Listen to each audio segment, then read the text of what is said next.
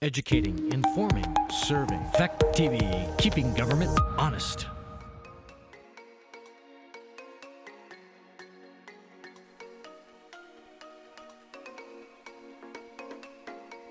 You're watching a Fact TV presentation of the Town of Rockingham Select Board Meeting. Joint Court meeting of the Town of Rockingham, Bellows Falls Village, and Saxons River Village on September 26, 2023 at 6:03 p.m.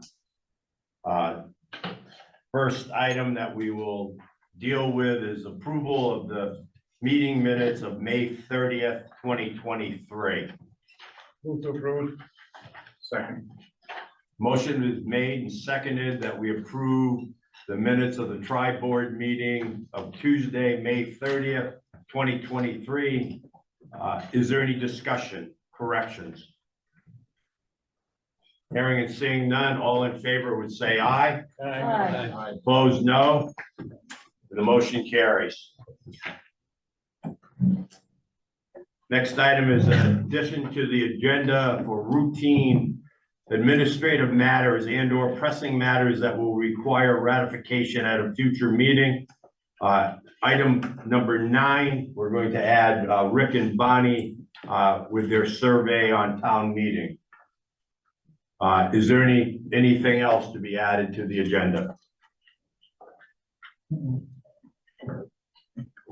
Seeing nothing, I will move on to public comment on items not on the agenda. And at this point, I know we have our librarian and some of the members of the board here. And I don't know if you guys want to start out with anything or any comments?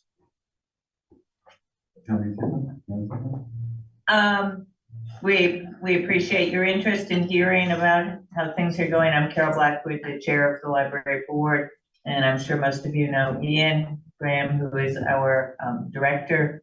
He's been there coming on 2 years now. And we think things are going along quite well. We've got a lot of new programs. You might have seen the Biblio bike, which has actually gotten national attention around town.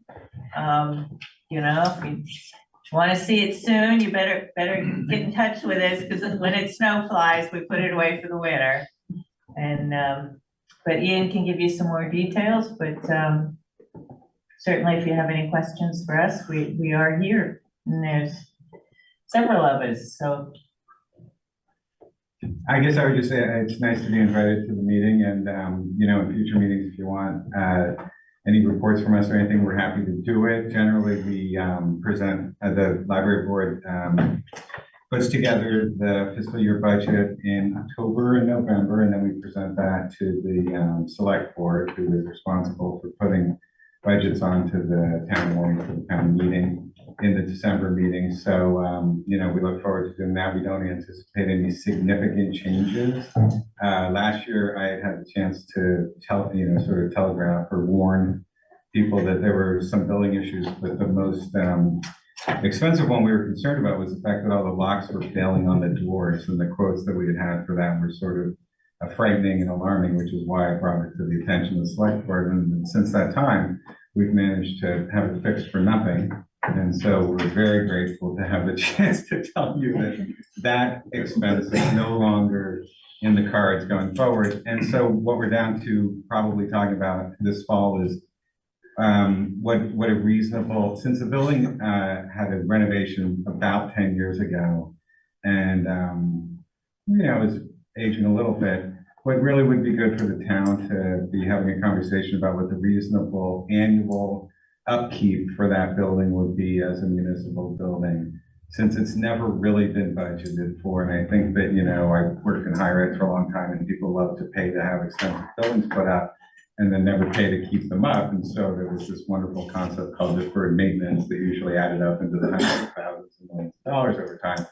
We're nowhere near that. I think that for a small amount of, you know, $10,000-ish a year in the library budget or the town budget of the municipal, and this municipal building could be kept up in a way that honors the fact that it's the most recently renovated building in town, and it'll save money down the road by, just tending to the things that need to be cared for in real time. A good example of that is the front steps, which are these large granite stone steps, were deconstructed, I've learned, during the renovation, but as that project was modified, they were simply put back into place. The expectation was apparently to have the front brought out a little bit. The costs didn't allow that. So when they were put back, what wasn't done is the foundation wasn't sort of rebuilt underneath them. And also, they haven't been regularly, sealed and grouted, which means that water gets into them. And so that foundation is, kind of degrading in real time. So that sounds like a wonderful grant opportunity because they're historic steps and there are stonemasons who do stuff. So we're going to start investigating that.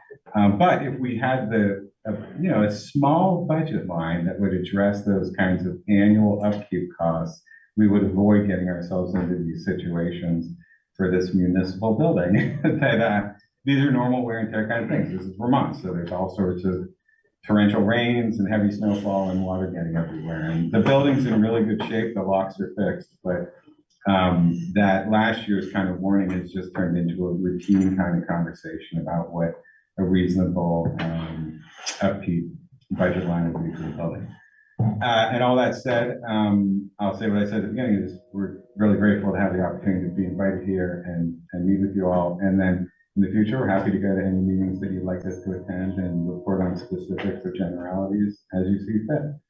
And then the other thing I would say, just one more thing, is that I see a lot of you in the library, and it's nice to see you here. And then some of you I don't see in the library, and I look forward to seeing you in the library. And issuing you a card. And issuing you a card and all that kind of stuff. So anyway, thank you for having me. Well, you've had a lot of really good programming there lately.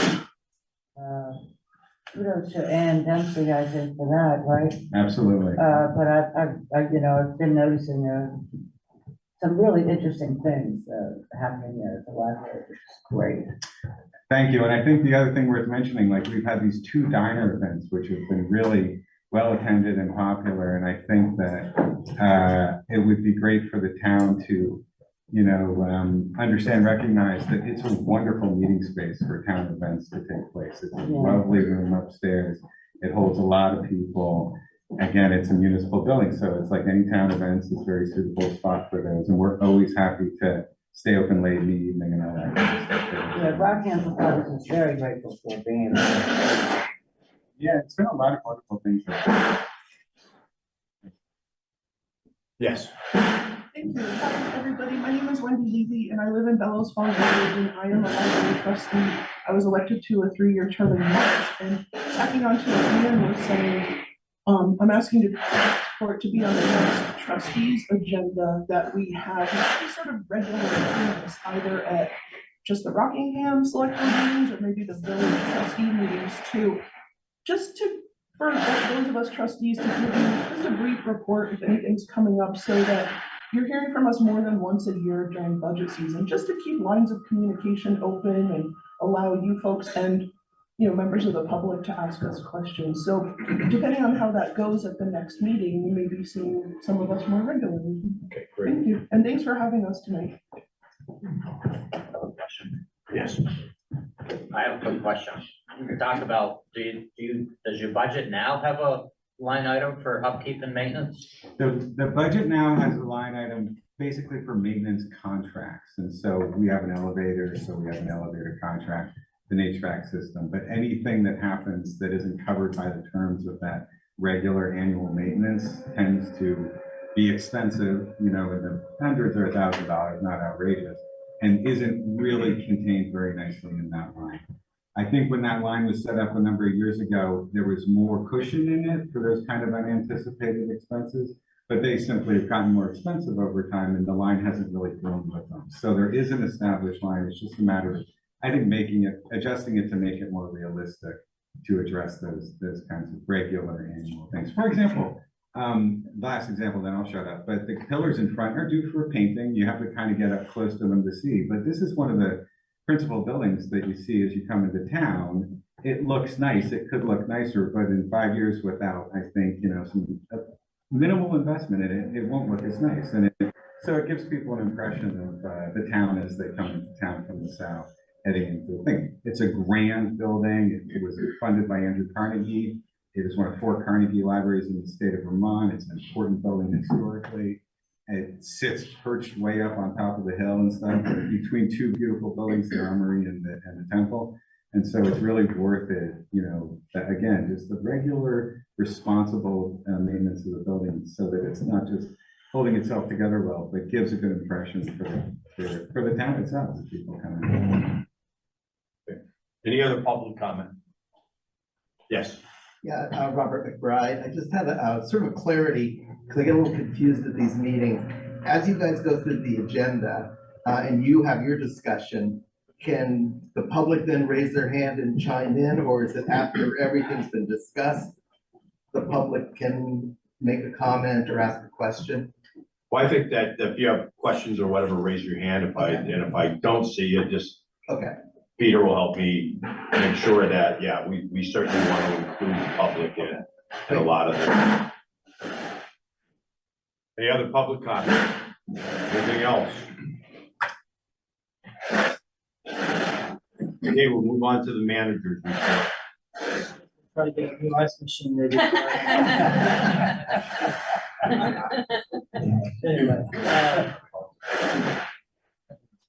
couple things just quickly, trying to finish up summer projects. So there has been some work on Pine Street that will hopefully be completed by the end of the month, which will be the last concrete portion of the sidewalk that we'll do this year. We have a lot of discussion and the budget process about sidewalks and moving forward with sidewalks, and there'll be a lot of discussion as well this evening.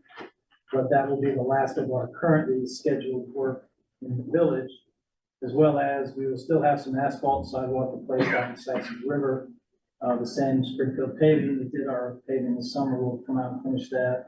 He's on some other paving jobs. He did tell me he'd be out probably sometime in October. So he'll get that done. Plenty of time to go before the plants close, right around Thanksgiving. So at least for that portion, that'll close us out on this year's capital work. And we'll have, I'm sure, plenty to discuss as we go through the budget process with a whole host of other items as we go forward as well. So keep it simple. We have a lot of presentations tonight, so I'll keep it short. Okay. Any questions or comments for the manager? If not, we'll move on to the agenda. Item 1 on the agenda is presentation by Katie Gallagher. And I see her on the Zoom, so. Admit, I think Gary's gonna go ahead. I'm gonna make him I think, Gary, I'm gonna make you our host, and then you can share the screen, or do you want to share it direct with?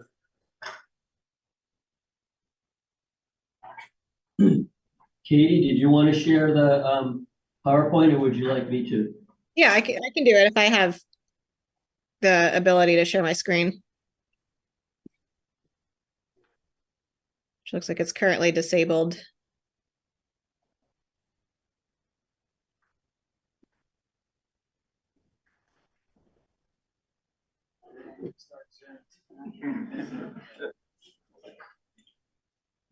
I think that's the best we're gonna be able to do.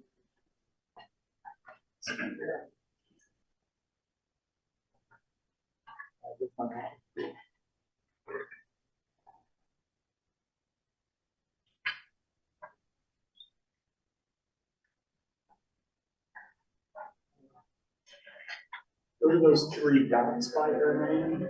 Yeah, I was trying to get her to see if she could do it. Have her host and see if that'll work. All right, Katie, hopefully we don't lose you on Zoom. All right.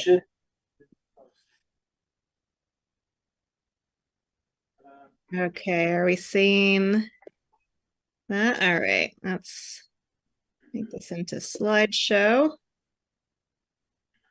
Okay, well, thank you everybody for having me tonight. I'm really sorry I'm not able to be there in person, although I was able to stop by and use your EV charger in Bellows Falls this weekend, which I greatly appreciated and was really nice to be able to swing by. I'm Katie Gallagher. I'm here wearing 2 different hats tonight. The first is with the Vermont Natural Resources Council, which is a statewide environmental group, and I lead our Sustainable Communities program. And as part of that work, which is generally focused on supporting our downtowns and community centers to increase our opportunities for housing and transportation and infrastructure and make them attractive and viable places to live. I talk a lot about transportation, and so I also help to facilitate the Transportation for Vermonters Coalition, which is a group of service providers in the transportation sphere, other advocates, and folks working on transportation across the state, and really trying to figure out how we make a sustainable and accessible transportation system in a place that we know has some pretty real challenges related to living in a rural state with small communities and so on and so forth.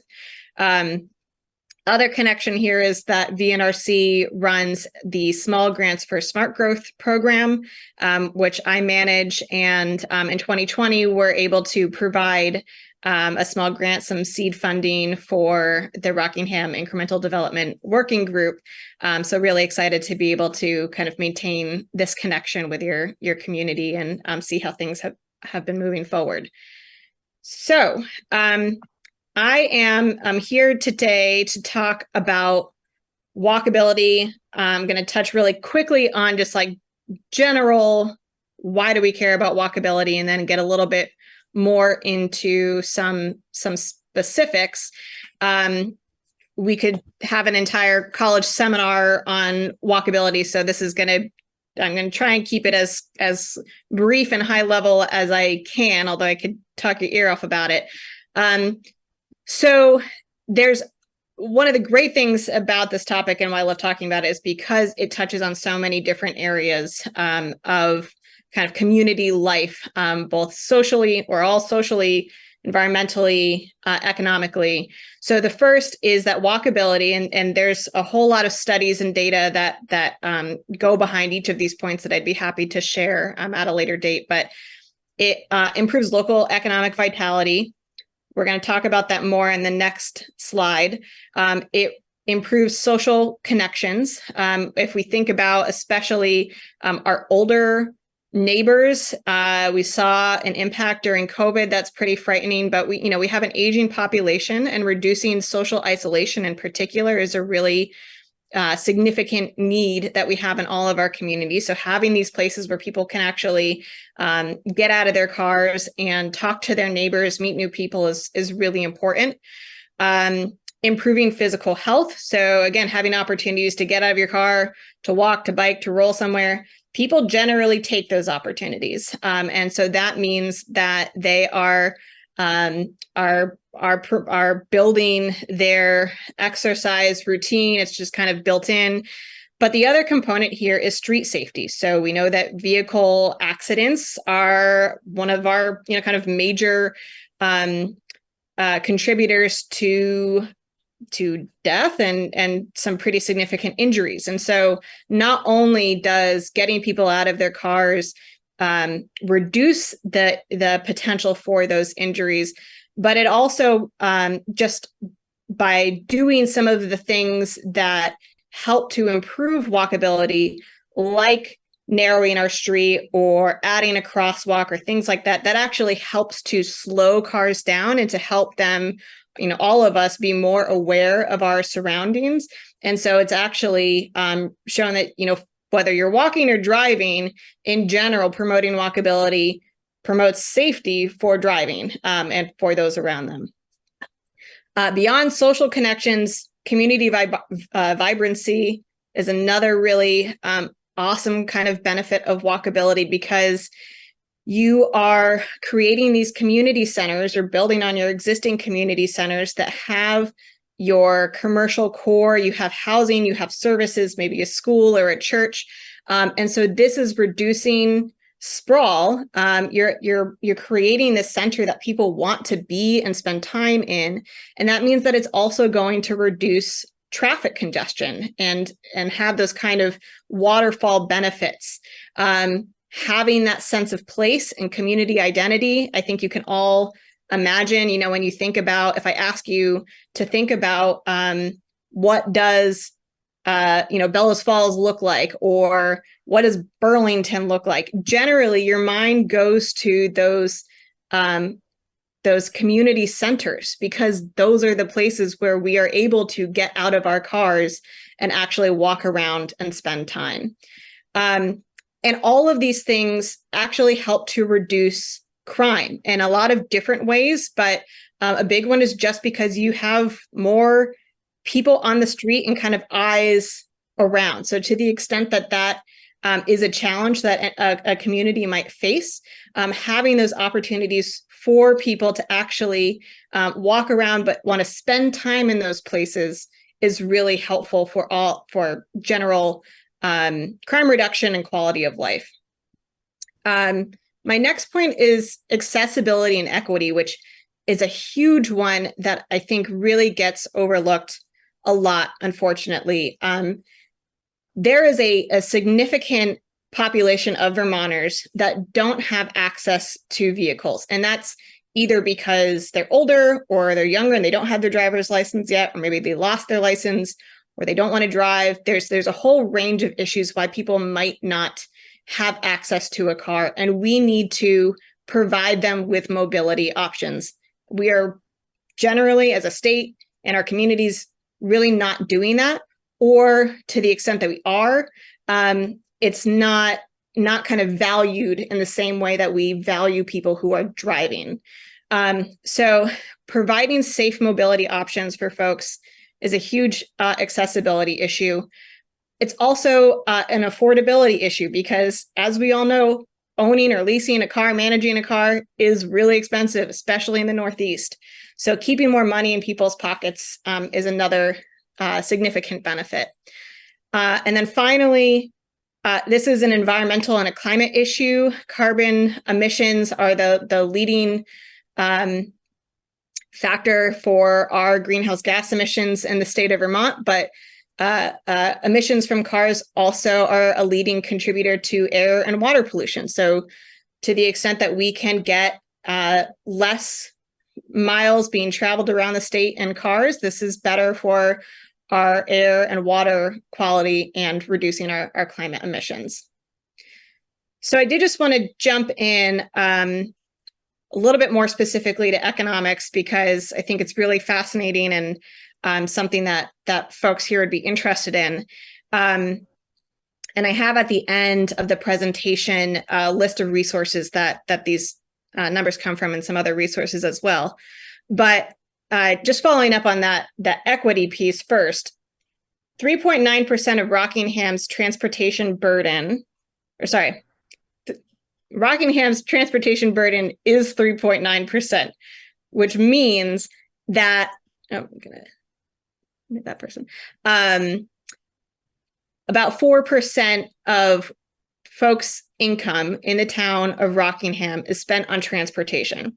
This comes from Efficiency Vermont, just recently released. They have every couple of years an energy burden report that looks at different sectors. And so this is not the highest transportation burden, but it's not the lowest. And it's just something to keep in mind that improving walkability means keeping more money in people's pockets. And if I have more money in my pocket and I feel safe and am attracted to a downtown area because there's a walkable core and I need to go buy something, I am more likely to go spend my money in that downtown area. And in fact, research has shown that there is a 40% increase or so in people who are actually entering shops and spending money in walkable places.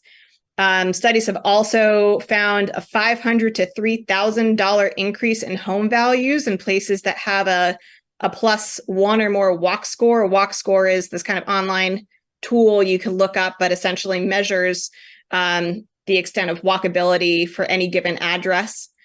So it increases property values. It also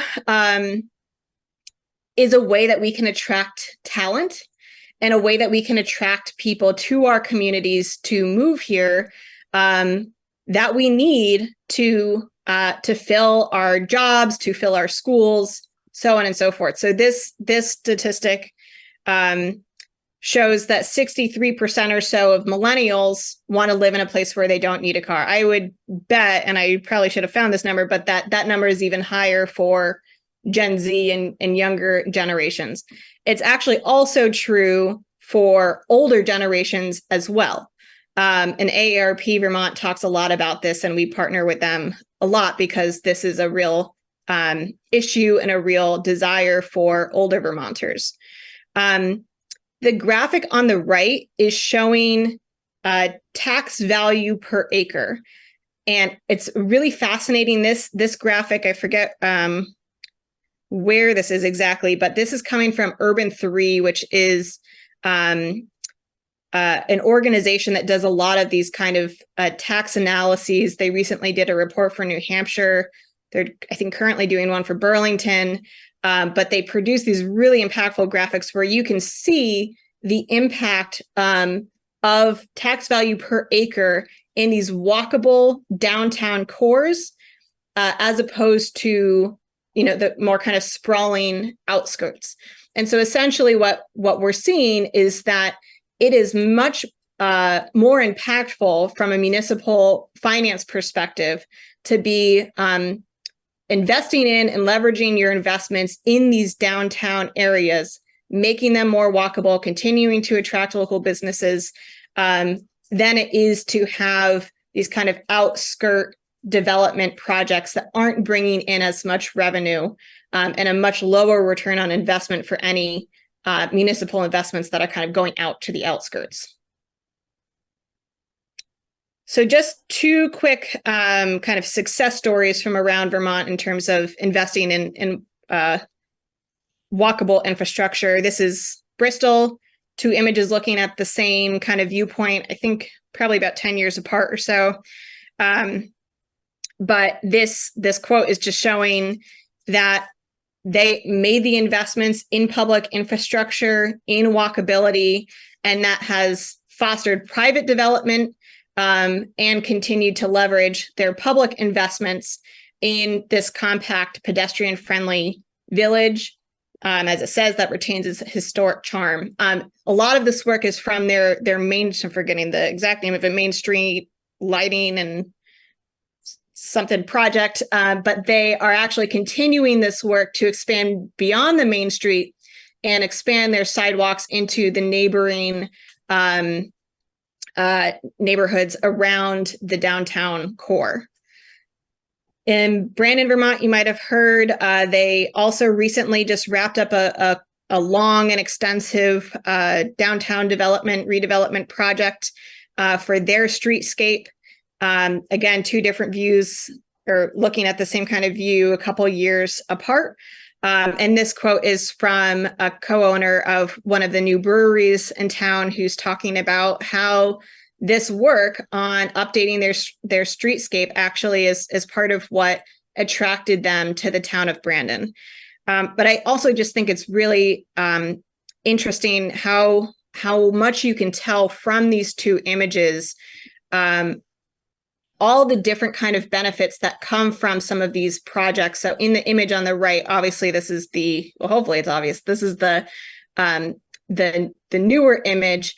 And just want to highlight, it's not just about adding a sidewalk here, right? Like there was already sidewalks on this street, but now we have these places where there's benches and lighting and plants, and there's bump out, so there's a more narrow street. So there's all these things that are making it even more welcoming for people to spend time, in addition to actually getting from one place to another. So we achieve walkability in a lot of different ways. Sidewalks and paths are just one of the components of a pedestrian network. And it is not up to the town to have to build out that entire pedestrian network. That would be a lot of money. Some places do that, but I don't think that is what is necessary, especially in our Vermont towns, because there can be things like parks or sometimes it's like crossing through an alleyway, things like that, where people can get from one place to another. But I do think it's up to the towns to think about how that pedestrian network might work, how somebody might be able to get from one place to another, and how we can be contributing to that. So we're focusing here on sidewalks and paths, but just want to kind of highlight that there's all these other different components that make up a pedestrian network. Regardless of what it is that you're working on, we need to make sure that they are connected. So again, we don't have things like dead end sidewalks, and people can actually make the entire route for where they're trying to go, whether that's on a sidewalk and maybe it's you're walking and then getting on the bus and then walking again, or some combination of modalities. It needs to be accessible. So similarly, if somebody is trying to get down the sidewalk and, there's a whole chunk that's disintegrated, or, there's some kind of barrier there, somebody who is in a wheelchair or maybe pushing a stroller, or has some mobility challenge might not be able to continue to cross that street. So it's not always enough, it's not usually enough to just build the first step of infrastructure and then leave it alone. We need to actually make sure that it is viable for people to use that infrastructure. Safety, huge component. If people don't feel safe, they're not going to use it. Or they do use it because they don't have another option. And then again, that, is a pretty big equity problem. And then context sensitivity. So I'm going to talk about this a little bit more in the next slide, but the project, you don't want to build out a project that isn't relevant to your area, that area of the town, or the town itself. So what I mean by that is, one, you don't want the municipality to spend a huge sum of money, because a lot of these projects do cost something, on a project that isn't really necessary or relevant to your town or to the area or to the goal that you're trying to achieve. So you want it to be relevant in that context. You also want it to be relevant to the extent that you are trying to build something that the residents of your town will use and will appreciate. So for example, I've worked in towns where, a big point of pride is that they don't have any stoplights. And so when we proposed those flashing crosswalk lights, that was an absolute no-go. So we had to kind of work through to figure out what worked best for them. And we could do that, but it's, again, important to kind of recognize what will and won't work for your community. And it's going to be different for everybody. So this is just a quick example of like what a theoretical pedestrian network could look like. So just to highlight again, it's not just sidewalks and crosswalks, but all these other kind of different linkages. But thinking through what those could look like in your town is helpful. And again, no one size fits all. So do what works best for your community, and working with members of your community is how you will figure out how to do that. So, just a couple things here on the left, forgetting which town this is in, but for a more rural area, you don't necessarily need to have a paved street or a paved sidewalk. It might just be supporting people to bike or walk through this path through a farm. The middle image here was in Northfield. This was a pop-up demonstration project. I love pop-up demonstration projects because they can be low cost or free and showcase what's possible in an area and get people engaged and excited. But it might also show you things that don't work in a certain area, which I found through doing demonstration projects, and that's just as valuable as finding things that do work. The image on the lower right is Warren, which I don't think you could probably see really from this image here, but when they were doing their village kind of sidewalk crosswalk project, decided to put in cobblestone crosswalks. They are beautiful. That is a very Warren solution. So again, do what works best for your community. Rockingham and your villages, you have a lot to be proud of. You've done a lot of really fantastic work already. I know that I think you're going to hear more of the specifics of some of what's already happened and what's being proposed by the members of the community. And I just want to note that while there's a lot to be proud of, there's a lot of really good work that's been done. These are similar to roads and bridges and our vehicle infrastructure in that it is not a one and done type of project. If we are going to value people who are walking and biking and rolling on our streets just as much as we value those who are driving, this needs to be a continuous investment in making sure that the sidewalks are maintained and that we are continuing to build out that connectivity throughout the town. So wrapping up here, how do we do that? These are just a couple key points I want to highlight for things that I've seen and we've talked about with our partners in the transportation sphere for municipalities working through this. Again, sidewalk design and maintenance is really huge.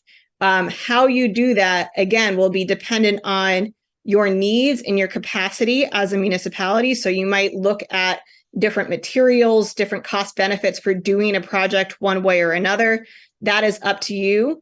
But ultimately, the maintenance in many communities has been the thing that gets dropped, and that can be almost just as harmful as not building the project to begin with. Thinking about things like connectivity, making sure that you don't have dead-end sidewalks, or where a sidewalk ends, there is a crosswalk to some other, either a sidewalk on the other side or a bus stop, or again, whatever option might be most appropriate. But thinking about that pedestrian network component, winter maintenance in Vermont, this is always a big barrier. And I put in ADA requirements, and I think it's connected to the winter maintenance piece. But again, just going back to putting as much value into the people who are using our sidewalks and our bike lanes and things like that, and making sure that we are valuing them at the same level. So that means that we are plowing our sidewalks early and often in a snowstorm. That requires money. And so get down to that in a minute, but it is an investment. It is a prioritization that requires kind of thought and some meaning behind it, that the community needs to make that decision. But that's really what's required for people to use these pieces of infrastructure with regularity. And just want to note that more and more we're seeing towns kind of opening themselves up for potential ADA violations and liability. And so something just to keep in mind as you're thinking about these different projects is that it really is an accessibility issue, and there could be a legal component to it. So again, maintaining and leveraging your existing municipal investments in these downtown cores where you already have, either water or wastewater infrastructure, you have sidewalks, crosswalks, roads. We're trying to bring in more local businesses, new homes, et cetera. These are the areas where you're going to get the highest return on investment. There's also opportunities more and more for intermunicipal coordination and sharing of resources. So that might look like sharing plows. Maybe that's the sidewalk plows, or maybe it's staff. But as I think more Vermont towns realize that these are big efforts, and maybe doesn't make the most financial sense to try and go it alone, there's been more efforts for folks to try to coordinate. And then finally, building that local support among residents and among yourselves and others to prioritize this work is really important to do early and often. And that is what will allow you to actually capitalize on funding opportunities. So we do have several grant programs through the state of Vermont that will help with some of these bigger ticket items and investments. A lot of that funding also comes from the federal government. But one challenge is that they usually come down, the grant program is open for a month or two, and people don't have the project lined up to be able to take advantage of it. And so that's where, you know, your staff can really help you with that. But having that local support building up to the point where you actually have an idea of what that project is that you'd be applying for is really critical to actually move forward with that. So I will stop there. I feel like I've been talking too much. And just to show, I think I have shared my slides with you all, but not sure if you can click on the resources, but these all do have links. And if you don't have a clickable version, I can share this or we can make sure that it gets to you. But here's some studies and some funding resources. So I will leave it there. Any questions or comments? Yes, Yeah. Bonnie. I've told this story before, so apologies if you've heard it. But I'd like to tell you how I came to be in Bellows Falls. 15 years ago, my son was living in Manhattan and I was living in Baltimore, Maryland. We both wanted to move to a small town. We considered Massachusetts, where we had lived before. And I said, I'd like to look into Vermont. So my son did a Google search, walkable villages in Vermont. And the first thing that came up was this little place called Bellows Falls. We came here and we worked with the realtor. Within 4 months, he had bought his house. It took me a little longer to sell my business and stuff, but a year later, I bought my house. And that's just one small example. But it matters. It matters to people. And we had never heard of this place. Yes. Whether I'm driving, bicycling, or walking, I really appreciate when each of those have their own lane, because they all travel at very different speeds and safety issues. So if we're thinking about sidewalks, I hope we also think about dedicated bicycle lanes, because mixing bicycles and pedestrians or bicycles and cars, they're both a bad recipe. Yes. Thank you. So I moved to Bellows Falls last April. I bought the house at 225 Rockingham Street. It's the one that I just had all the siding taken off, so it looks kind of haunted. But I'm getting new windows. Anyway, one of the things that I love about that house is that there's a sidewalk out front. My driveway is very small. I can barely fit 2 cars. So when I have folks come over, I have them park over on Meadow Lane and just cross the street and walk up the sidewalk, which is great until it snows. That sidewalk has not once been plowed all last winter. I live in the village. I pay taxes to the town of Rockingham and the village of Bellows Falls. I've seen other sidewalks in town get plowed. Why isn't mine? And who's going to change that? Thank you. Anything else? Any other questions or comments? I can certainly answer part of your question. The policy for the town who's responsible for plowing the sidewalks and the streets during the winter is that they keep one lane open throughout the wintertime. Traditionally, they try to pick a southern side of a street so that the sun helps to melt the snow, but they don't have enough resources to be able to do all the sidewalk plowing, which we also do in Saxon's River as well, and maintain the village by plowing both sides of all the streets with all the sidewalks. There is no sidewalk on the other side So- of Rockingham Street where I live. There's a narrow shoulder. So that means that if anybody wants to visit me in the winter and there's been a lot of snow pile up in my driveway and only my car can fit, that means they're walking on Route 5 where tractor trailers come down with halves of houses on them.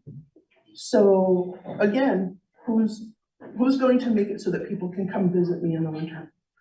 That's what I would like to know. I'd have Thank to you. look at that one specifically. It doesn't, off the top of my head, I can't say which streets are on his sidewalk route and which aren't, but we'll certainly check into it. When can you get back to me?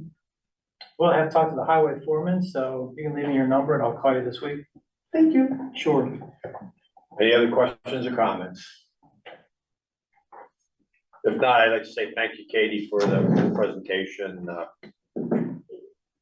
And we'll move on to item 2 on the agenda, the walk and bike committee update. Which is, well, I'm Marcia Stern, I'm the chairperson of the Walk Bike Committee. which is a really enthusiastic, active committee, and most of us are here tonight. I actually printed out my notes, so that I don't have to say them all because we'll get through it in 5 minutes.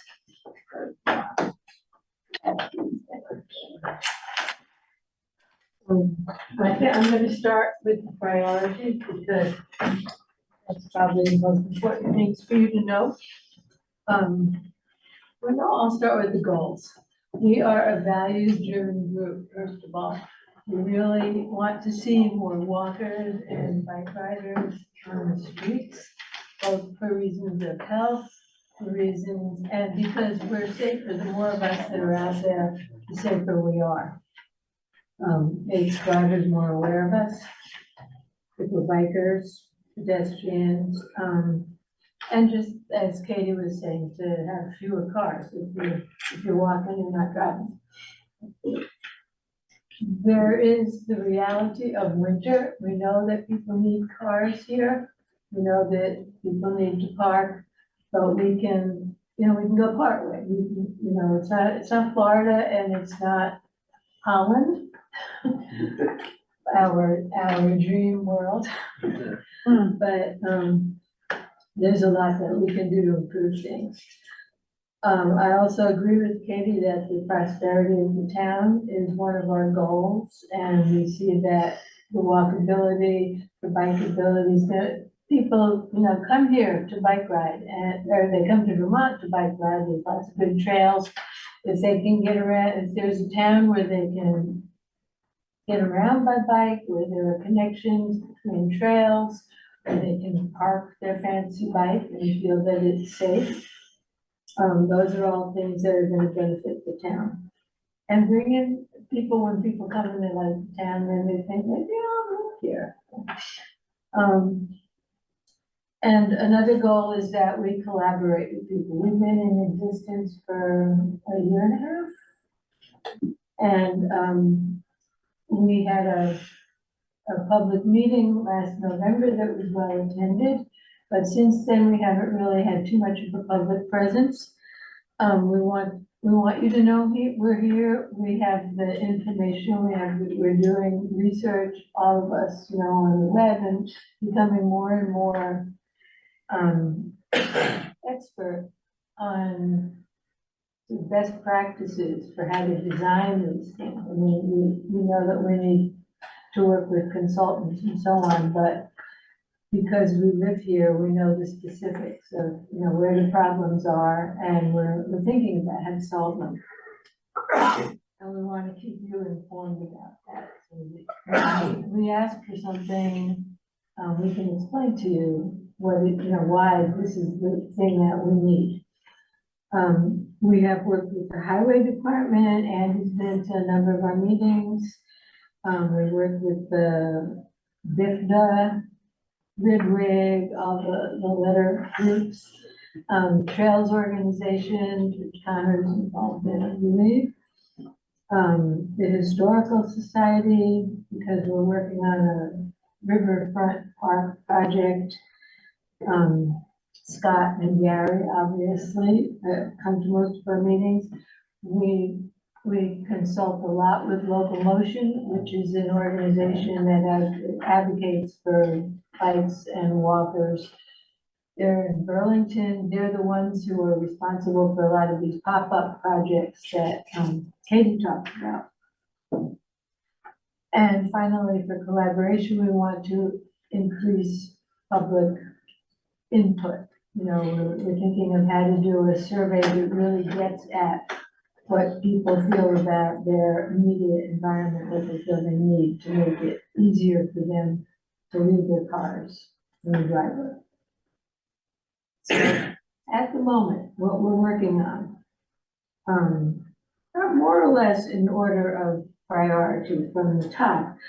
Right now, we're working on getting a municipal planning grant that will fund a study to result in a traffic safety plan for the entire town of Rockingham. As you know, the town of Rockingham has a little piece of Westminster split up into it. And our ultimate hope is that we can apply together with Westminster for this traffic safety plan. If that doesn't happen, we know that we at least have their support to enable us to do the study continuously through Gageville. So, writing that grant, which is due in 1st of November, that's the first priority because of that deadline. We also feel strongly that we need to get a crosswalk across where the Arch Bridge comes to the Vermont side. It's just a snafu. There's no way to get across that so easily and safely. Cars don't know for sure what's going on, who goes first. Just simply because there's no crosswalk. Crosswalk tells the pedestrians that the right of way, bicyclists can walk their bikes across that. There's a lot of technical things that make these slow to happen, but this is our priority. Next after that, we want, that there's a project to improve the safety of the School Street and Rockingham and Atkinson Street intersection. And we want to be sure that we're involved in that so that, because one of our long-term visions is to have Atkinson Street be a safer bikeway. And so whatever is developed on that corner, we want to make sure that it's not going to interfere with that plan, so that bikes don't have to hump over a bump out or something like that. There's an intention of the state to survey towns along Route 5 as to the viability of the plan to make the entire Route 5 a bikeway. And so we want to be involved in that. The survey is coming to the towns, not to the general public. And we want to make sure that we can be there to give input on that. We were established as an advisory group, and now I think we're in a position where we know enough that we can help advise. Next after that is the Saxon's River part. People on Saxon's River, Stan is on our committee, he lives there. Rick lives in Cambridgeport. These communities also have their issues, and so we want to look at where's the best place to put crosswalks and bike racks in Saxon's River. The Riverfront Park, which there's a scoping study that has been approved for that. And we're gonna participate in the local board that's gonna be formed to consult with the consultants. I don't know how to say that, but to participate in the design that goes into making that trail. That's supposed to be a multi-use trail for, meeting bikes, walkers, ADA compliant. It's quite a project, but it's going to be a crucial link. And one of the things that's particularly that you read about a lot in state documents and federal documents is connectivity, so that I think Katie talked about this a little bit too, so that you can walk greater distances or ride greater distances and not be stuck. If there's a small spot where you can't get through safely, or a bike rider doesn't feel safe, for example, they're not going to take that route. Even if it's, it's just a tenth of a mile, it's a quarter of a mile, that's enough to keep someone from using the rest of the route. So that whole issue of connectivity is really important right now. And it's kind of a priority for the state. So it's something to be considered when you're applying for grants. And finally, we would like to see safer crossing at Green Street to get people to the other side. and this is relevant to what you raised, Wendy, the sidewalk between, the Arch Bridge and Wendy's house, probably really difficult to plow because it's in really bad condition. And it's in really bad condition because there's that drop off and there's a lot of geological problems. Ultimately, we'd like to see a study that makes, that transforms that area because it's really one of the most beautiful places in town. And, you know, it's gonna be right up there for tourists as well as the natives, you know. Right now, it's hard to get across that street and enjoy that area. So there are ways that hopefully, there will be ways that we can do that without going onto railroad property. And it's gonna take some creative thinking to make it happen, but this is, you know, what we hope for down the road. And if it goes in, if the state does finally start a Route 5 project, this is part of that. So if we can get ahead of the game on it, it'd be really great. I think I'd rather have questions than just keep them. Yeah. You mentioned a board that was gonna be formed for the Riverfront Park. Can you tell me about that? Gary, can tell you. Yeah, sure. It's the, all the municipal planning grants, as they get going, there's a steering committee involved that has representatives from local groups. So for instance, on the School Street Extension one, Highway Department, town staff, bike committee, superintendent from the schools, to have that broad input. So for the Riverfront Park, stakeholders would be the Historical Society, the bike committee, town staff. And we contract with the Wyndham Regional Commission for municipal project management. And so the items happen in a sequence. The grants require a committed amount of time per week from someone familiar with traffic issues. And so we contract with, so Wyndham Regional sets up a municipal project manager, and those steps still have to happen for the Riverfront Park before the steering committee comes up. So municipal project manager comes to the select board, that gets approved, then it goes to the state for transportation alternatives to approve it. There's a lot of pieces, so the projects move slow, but they're good projects. They figure that 3 years to go through a transportation alternatives project. And what's good about them is that when the scoping is done this way with knowledgeable consultants that do a good job with highway scoping and sufficient public input. So the steering committee, and then like last Monday, there was a local concerns meeting for the intersection, which had a lot of the school folks who are most interested in that intersection come out to, as well as others.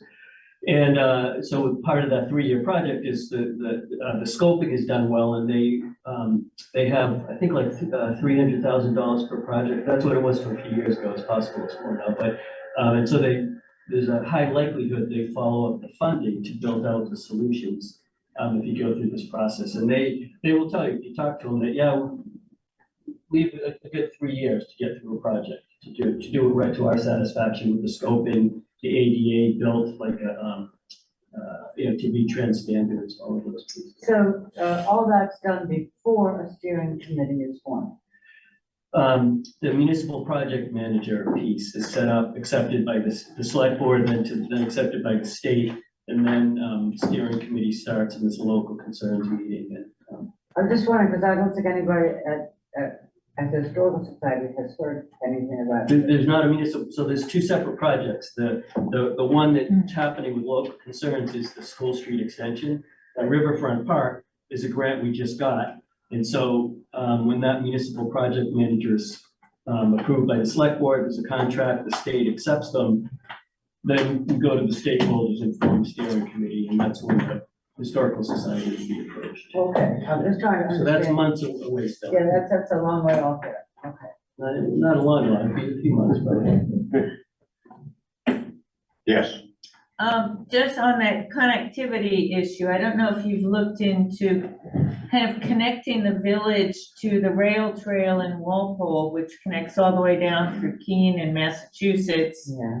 And would really be a conduit to bring bicyclists up here on vacation. And we have definitely thought about that when the Violet Bridge is reconstructed. That's part of the plan, and we have already spoken with people in New Hampshire about that, and they're enthusiastic about it too. Anything else? Yes. Yeah, could you say more about what does it mean to be a state-long bike route for Route 5? Yeah, this is something that a study of it was passed in the legislature. So there, according to information I've been given, the state is gonna send out a survey to all the towns on Route 5 to ask them how this sits with them, basically. Well, like if it looks like you might know, like if that is a thing, what does it look like? Yeah, so I just introduced myself. Gary had asked me to be here and tack onto this agenda. My name is Colin Bratt, and I work for the Regional Planning Commission, and we work with the town on a lot of different things, and also work with V-Trans. And so the Route 5 survey, I will actually be the one who is like administering the survey in Wyndham County. And basically what it is V-Trans, they have, started doing these corridor studies to look at making improvements on various state highways to try to make them easier for people to walk and bike and do things like that. And so they're in the very early stages of looking at having, essentially a bicycle corridor all the way from the Massachusetts state line along Route 5 up to Quebec. And so this survey is basically is going to go out to towns to gauge interest in a basic way about whether or not that's something that towns are in support of. I think what it actually looks like once it's implemented is kind of a question, it's still up in the air, and it's going to depend a lot on the specifics of location. Like I think they've had a lot of success with the Royal Valley Rail Trail, which I don't know how familiar people are with that, but that's all been sort of running across the northern part of the state. I think there's the thought that there could be sections of it that look like that, but that's probably not going to be the whole, there's not going to be space to do that on the whole length of it. And then it's obviously not going to be done. The whole length of the state is not probably going to be done at one time. So I'd say it's an idea that V-Trans is kicking around, and they're trying to gauge interest from, the towns along the Route 5 corridor to see if that's something that people want. And just the survey is going to be coming to the town. I am still waiting to hear from V-Trans about when exactly this is going to happen, but in the next couple of weeks, most likely. So it's more than just a share the road sign? Yes, okay, exactly. Right, that was what I was. Yes, yeah, that was a long one, but I think the thought is going to be more than just a share the road sign. Cool.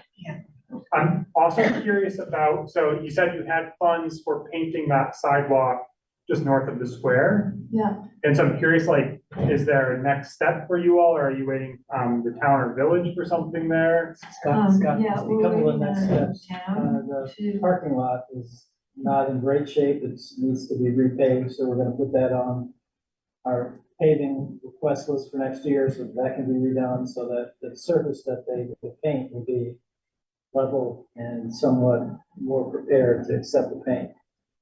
So, and then that whole section, right from the Legion all the way up to the Walgreens is where we're talking about painting continuous pedestrian defined space.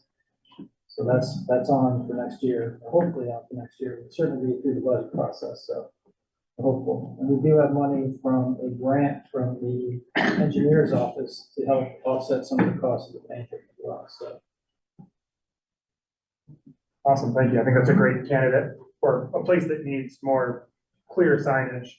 Last question. I'm just curious, have you had any conversations with the railroad or hydro folks about? Yeah, is that just I don't know if that's a non-starter. It's a yes, but most of our conversations with the railroad are short. The hydro is not terribly interested in the conversation until they get their first license. They'll talk, but they won't act until they're relicensed, so.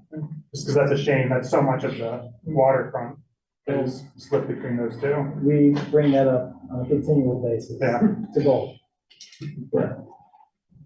Thank you. Any other questions, comments?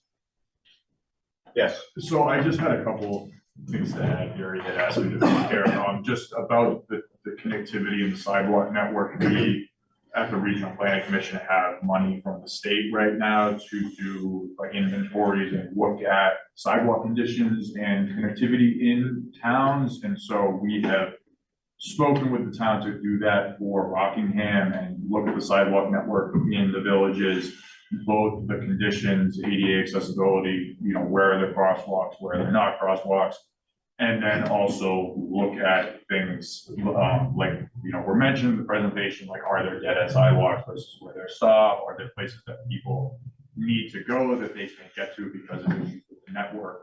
And so we're going to be working on a report in the next couple months to bring to the town that's going to, list out all that stuff and provide you with information to, help you make these decisions, think about that stuff moving forward. Will there be a community meeting where there's input from those who are using the sidewalks to inform? We could certainly, it's something that V-Trans is requiring, and so V-Trans wants this data, and I think that the thought is that we have guidelines from the state that we're gonna use to do this, and then once the report is completed, we can bring this to the town and certainly get input on things that could be added. Anything else? Anyone? If not, we'll move on to item 3 on the agenda. The proposed revisions to the personnel policies and procedures. We're here from our Human Resources Office, and I appreciate she's done a lot of work with this. We had a preliminary meeting just with our Personnel Committee representatives, just to sort of say we're in a draft, we're still working through some issues here. But wanted them just to be aware of what was happening, so if there was comments or questions or concerns, they could certainly chime in. There's a host of changes that I think Heather's highlighted here. There's a couple things that I think just for maybe longer term board members, as well as folks that maybe are not as aware, that there are some exceptions to this, and one of those being the clerk, since the clerk is an elected position.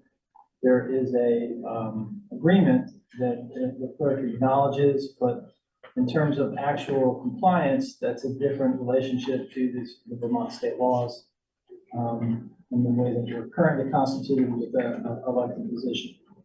The same thing is we do have some buy-in on these policies and some control from our Bellows Falls on-call firefighters, but our other firefighters are not necessarily covered by this, as their organizations are in a different kind of a structure.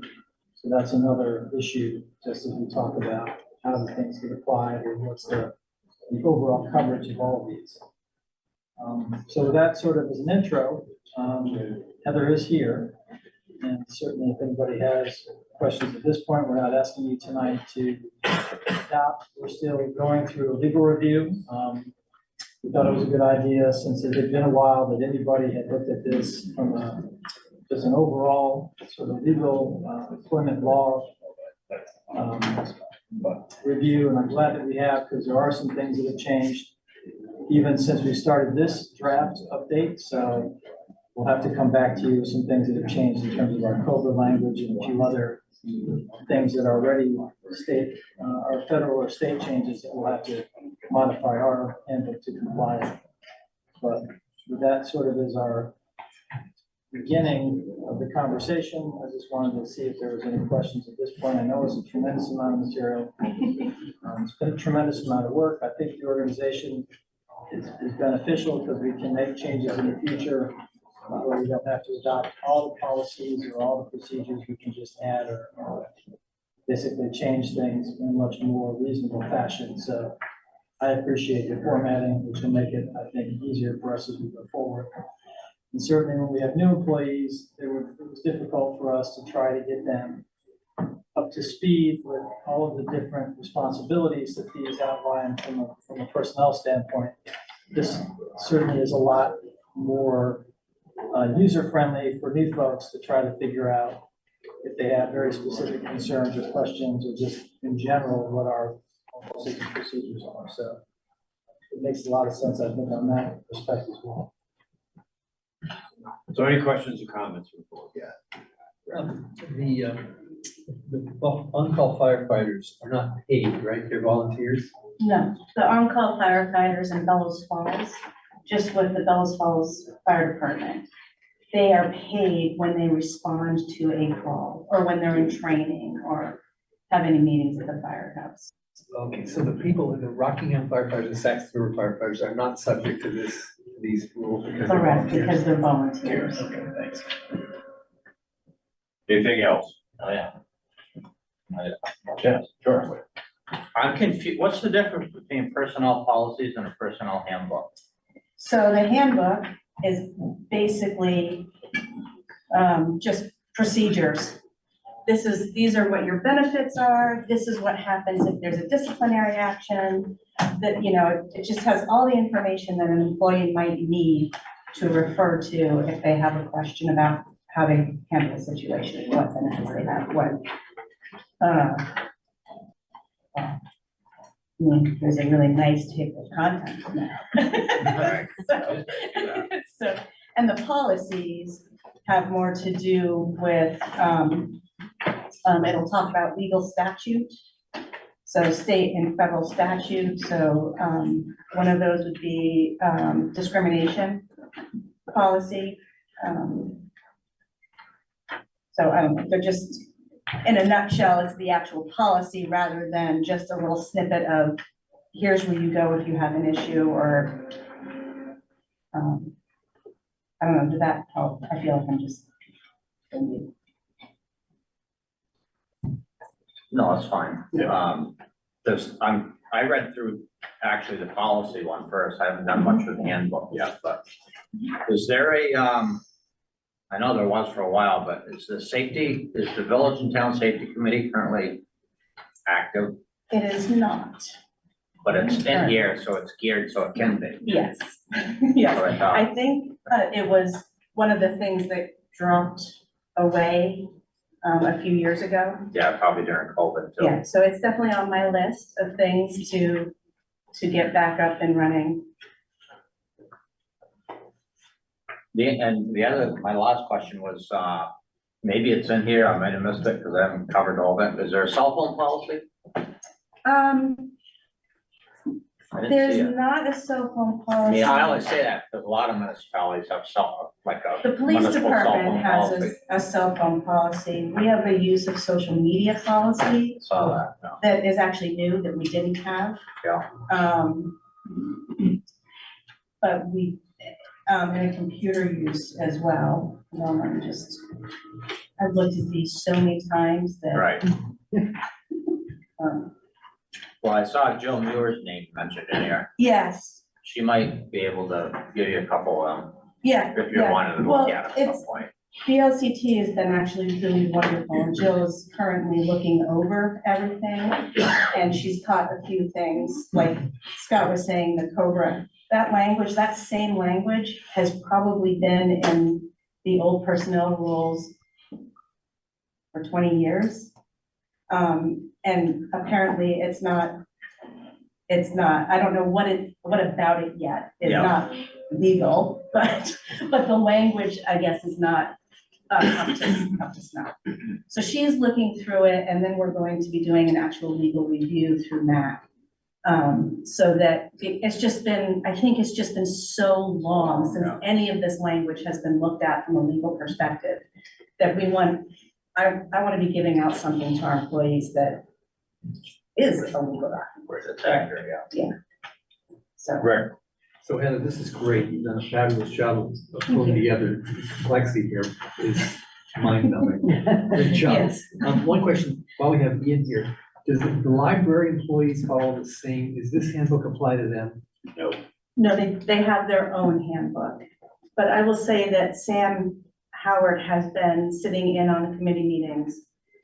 And so we've been sharing information, and she definitely has access, and the library definitely has access to this as a model. Once it's completed, as a model document.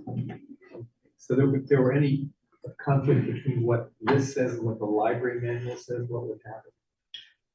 I mean, I would think that I think the reason for this, sort of my decision, right? I think the reason for this is that there are two different unions, you know, the library employees belong to one union and are members of one union, and the rest of the town employees who are eligible or belong to a different union chapter. And so I think that's the genesis of some of this. And well, I don't know that it's the genesis, but I think it's reinforced that kind of notion too.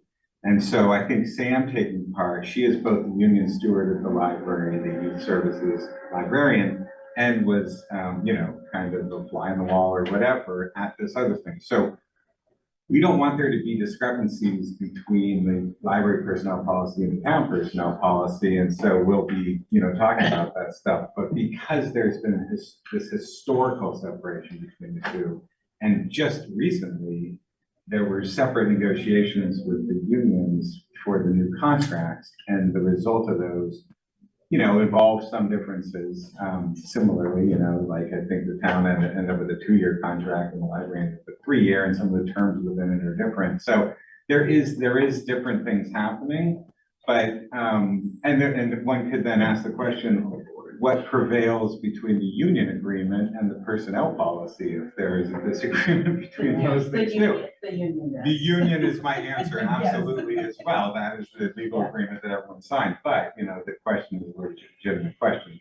There's a good answer for it. And so I think in the future, some of these things can be ironed out. I would say that if nothing else, there should be a lot of nearly universal similarity between not the union agreements, but the personnel policies for the town and the library. And I suspect they are. I think that they're very It's been a really similar. long time since I've looked at your agreement, so. Yeah.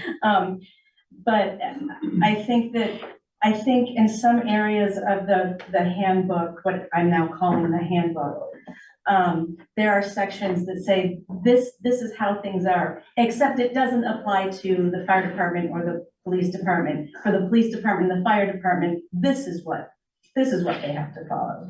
And I think the same thing was happening with the library. So my guess is they were trying to make one document less cumbersome, so that it had, you know, this is the rule for most people.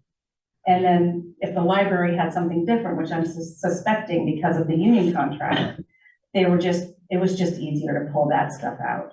So I'm guessing that a lot of it does mirror these policies, this handbook and policies. Thanks for explaining that. It's helpful. Anything else? Any other questions on this? I know we're going to be coming back to this once we hear from VLCT. Yes. Yeah. And so, and whether it's at a joint board or whether the trustees handle it and the select board handles it, we can probably work those details out too. Yeah, I feel like we're finally kind of in that home stretch. Correct. So I'm really excited about that. And thanks for all your hard work on this, really fantastic. Anything else on that? And if not, then I'll move on to item 4, the fire department financial feasibility study update. We have had our kickoff meeting and have been working diligently with all 3 of our departments to try and get the initial data and put it into the study format that's necessary so that the consultants can do their analysis and then also schedule the next step for us, which is to come out and do a site visit. A little slow out of the gates, as you can imagine. It's a lot of time, a lot of effort, and been working with the departments to try to help smooth out some of the problems and getting all the technologies to line up. The good news is we all share the same interface for all of our fire information data, so that we can, once we fix the problem, so if the BF Fire Department figured out how to do it, we can help our Saxon River and Rockingham folks use the same formatting to help get the information that they have and then download it into the Dropbox that's going to the consultants. I had hoped to have tonight at least a rough schedule of when they might come for a site visit. When I talked to the AP Triton people last week, they still don't have all the data, so they couldn't give me how long it's gonna take them to put together the first phase of the analysis and then come out and then be prepared for the site visit. I'm still holding out some hope that they can come before the end of the year, because we're still interested in trying to get some of the data in front of the select board as we talk about budgetary issues and some of the bigger potential cost items that might come out of this study and some of the recommendations. So we've been pushing to try to get the data in as completely as possible so that they can move us into that next phase. I proposed on here a November 28th date, which is a little bit earlier than we would normally have, and part of the reason for that is to try and see if we can get all of this done so that we would have some sort of presentation at the tri-board for that particular date. So I've been trying to push towards that. You know, sometimes some of these processes need a goal in order to help sort of get all of the pieces together. So we're pushing in that direction, and we'll certainly let you know. But as of now, that is the goal, is to at least get them out here, do the site visit, and have something to present. Not a final report, but at least something that the boards can hear and get some feedback on and be able to start to digest some of this information at that proposed November 28th meeting. Question, Yeah. when we have a chance to talk face to face with the consultants? That's one of the pieces of the actual proposal, yes. Good. Anything else? Any other questions, comments for Scott? Anybody? If not, we'll move on to item 5 on the agenda. Updated bridge replacement information. So we have 3 bridges, and they all have different histories, different levels of funding, and sort of fitting in different time sequences. We have talked before, but just for general purposes, the Depot Bridge, as both boards are aware, have been moved back for a variety of reasons. I guess it's a good news, bad news proposition from the standpoint that it does give us enough time now on the village side to be able to work on utility issues on Canal Street, some stormwater management issues on Canal Street, and be able to do those as a non-participating cost in the contract that's awarded for the utility work for the bridge, so we can gain some economies of scale with that and still meet their schedule, because they won't actually start bridge work until April roughly of 26, based on their most recent schedule. And then they're gonna have a 3-year construction window roughly, again, depending upon how quickly they can get the pedestrian bridge in, how quickly they can get the new bridge in, and then the third phase is the demo and removal of the old bridge. So you're looking at a fairly extensive process, starting with utilities in Canal Street and then moving into the two structures and then the demolition of the third. So there's gonna be a host of challenges with that as we go forward.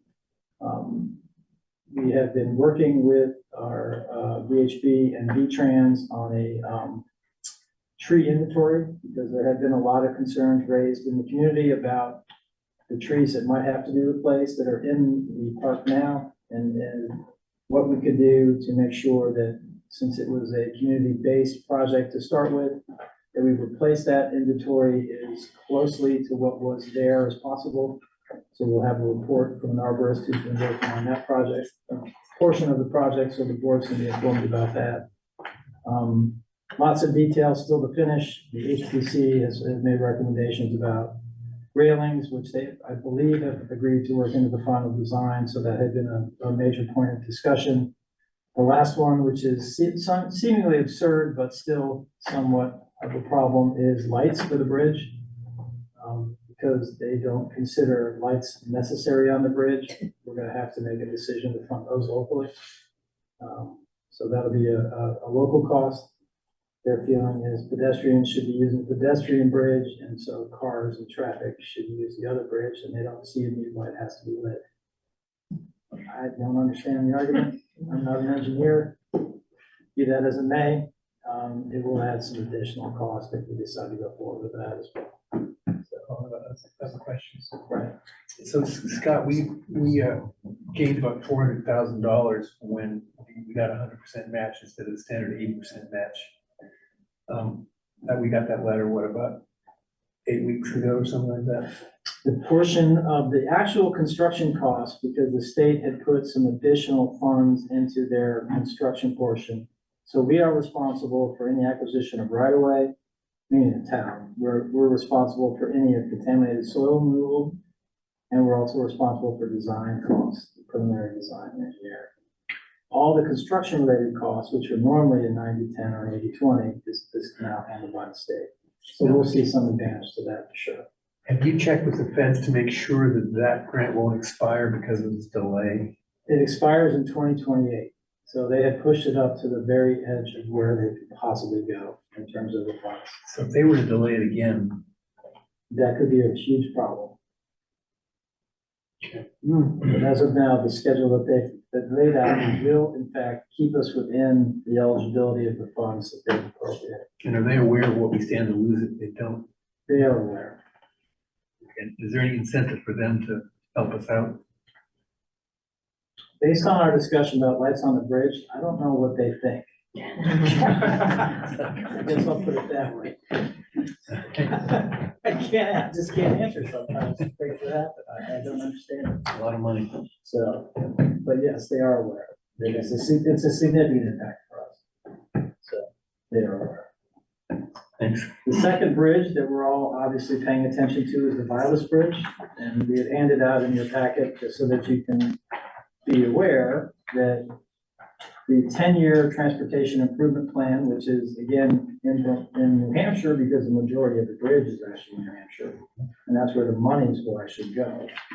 We are still fully funded. That's all the good news. Again, because it seems like any DOT project has to have at least one delay, if not more. They pushed this project out. As you can see now, they don't start actual construction until 2029 on that bridge. Don't know why. Really, at this point, don't have any additional information. I don't believe there's any reason for us to be concerned. It's just, again, more of a timing and sort of impact. As you look at, you have three structures fairly close together. For sure, one of them is going to be under construction for most of, the utilities starting in 25 through at least 28 on Depot, which would then basically lead you right into this bridge, potentially under construction in 29. And they have this project as well, not concluding until 2031. And we're still waiting on the Bridge Street Bridge, which the last cycle of funds we applied for, regional bridge reconstruction funds, that they tried to create a priority list of bridges that would be potentially elevated to funding. Bridge Street was on that list, did not get funded back in 2023. My understanding is they might try to redo that same cycle of funding again in 2025. So we'll keep the boards informed. If they do, they'll probably be sending notices sometime in 2024, informing us again, and we'll try to apply and see if we're eligible for funds for that bridge as well. So.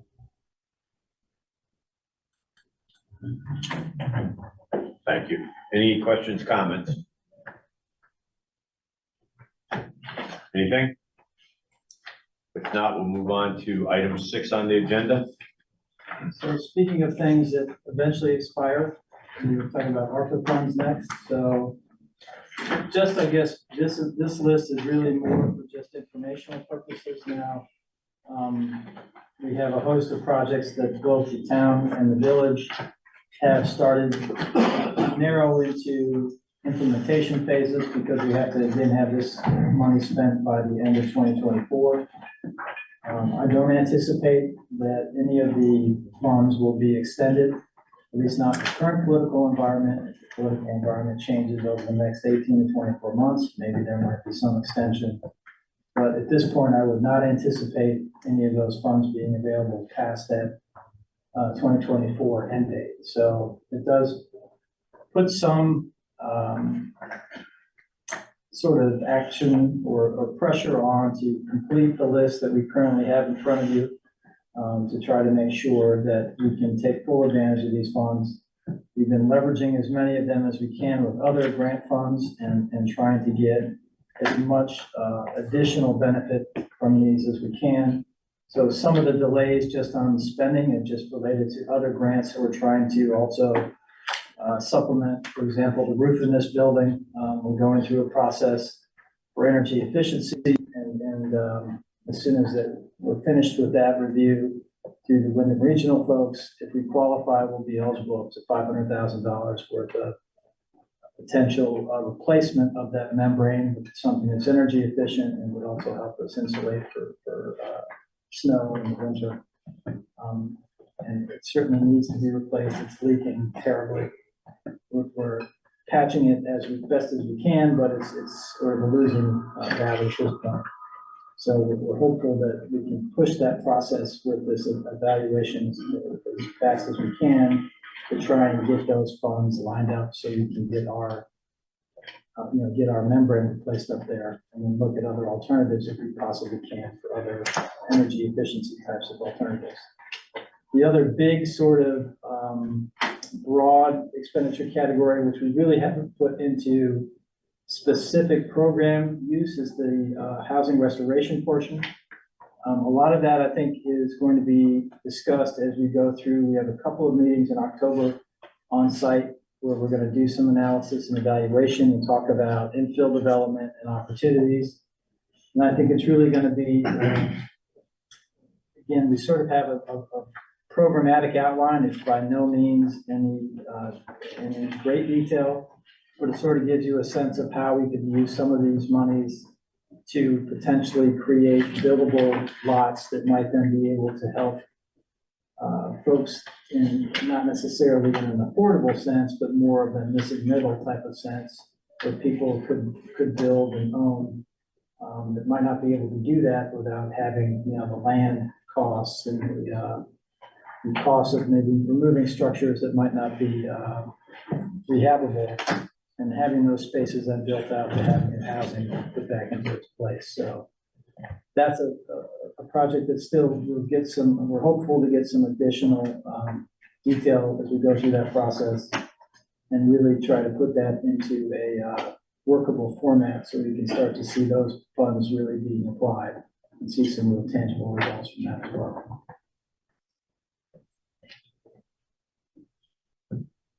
Any questions or comments on the ARPA funds? Miller. Yes. I have a question not specifically about the ARPA funds, but I have a question about the infill plan that Mr. Pickup just referenced. Are there public meetings, hearings and things where folks in the public can come and learn about that and maybe comment?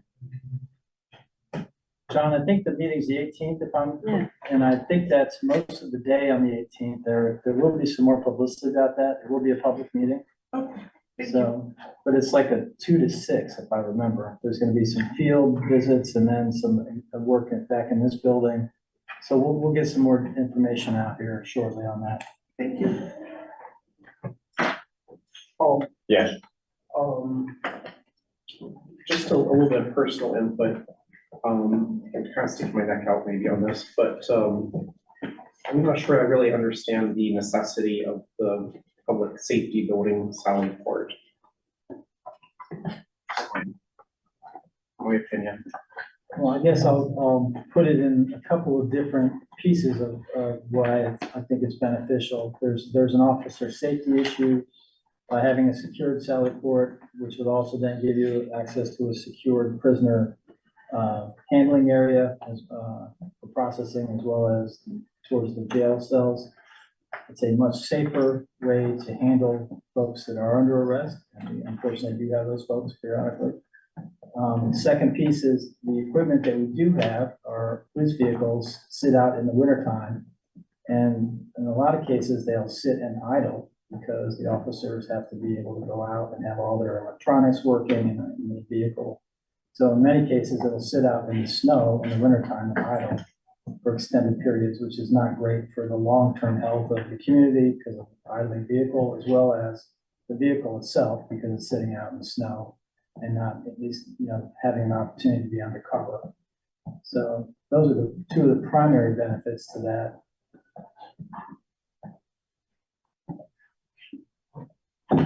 Anything else? I might add one thing to that. Sure. That when they seize vehicles, They don't have to be- Common is the third one. It won't have to be, I wouldn't say it won't have to be, but it might eliminate the need to store them in the fire station bay. Right. Like they did, there was one there a couple weeks back, that was there probably for 10 days or close to it. Yeah, I mean, periodically, if there's, right, Vermont State Police or other type of activity, or we have a significant accident with injuries or death, sometimes they'll ask us to impound the vehicles until they can be thoroughly inspected and then go through a process. We don't have a secure facility, as Wade had mentioned, for that, so we have to then stick them somewhere. We've stuck them in the garage periodically, we've stuck them at the public safety building periodically. So it is a potential problem. Any other questions on that? Yes. For what it's worth, I support Mr. Zimmer's, doubt that that's the best use of ARPA money, and I wonder if there's another way to fund something like that. Thank you. It's a covered structure you drive into. Sorry, I wasn't aware what a Sally port was. Fancy word for garage.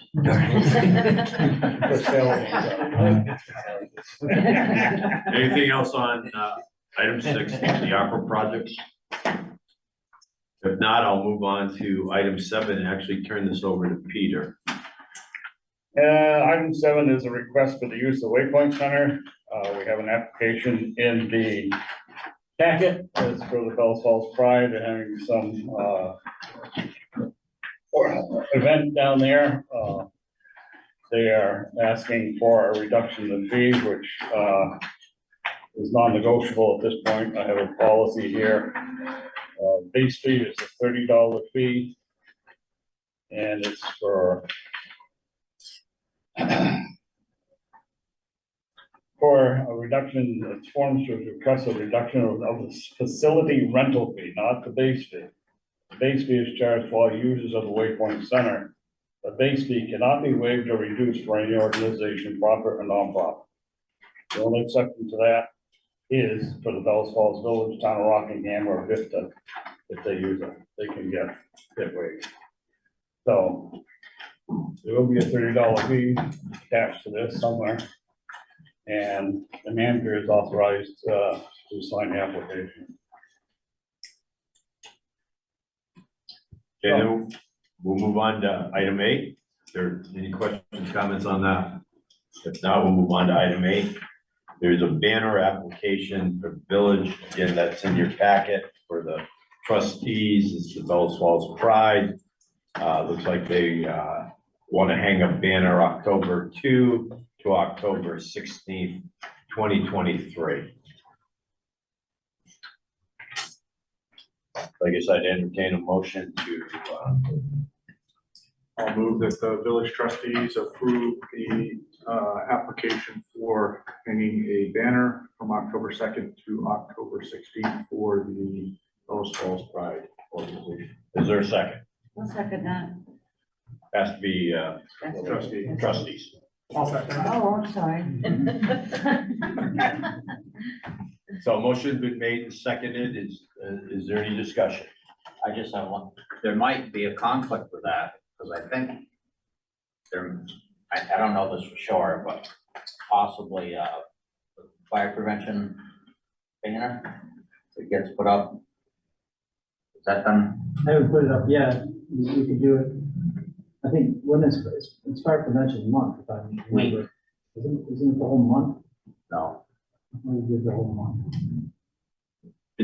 I just happened to think of that, because the parade is, I think, the 15th. That is the 15th of Sunday? Yes. Yes. Okay.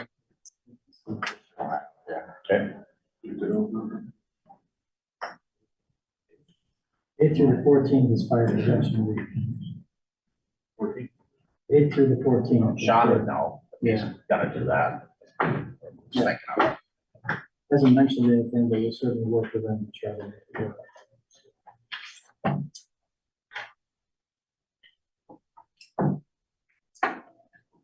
So I guess the question is, Scott, do we want to okay this and then And it may not go, it may go from the October 2 to October 8. Right. And then October 8th, the fire prevention week banner would go up. Sure. Sounds reasonable. Yeah. So there is that possibility so that everybody understands it. Right now, we will approve October 2 to October 16th with the caveat that the fire prevention And I'll ask, yeah. I'll ask would the take question. priority, and that may end up going up October 8th. Yep.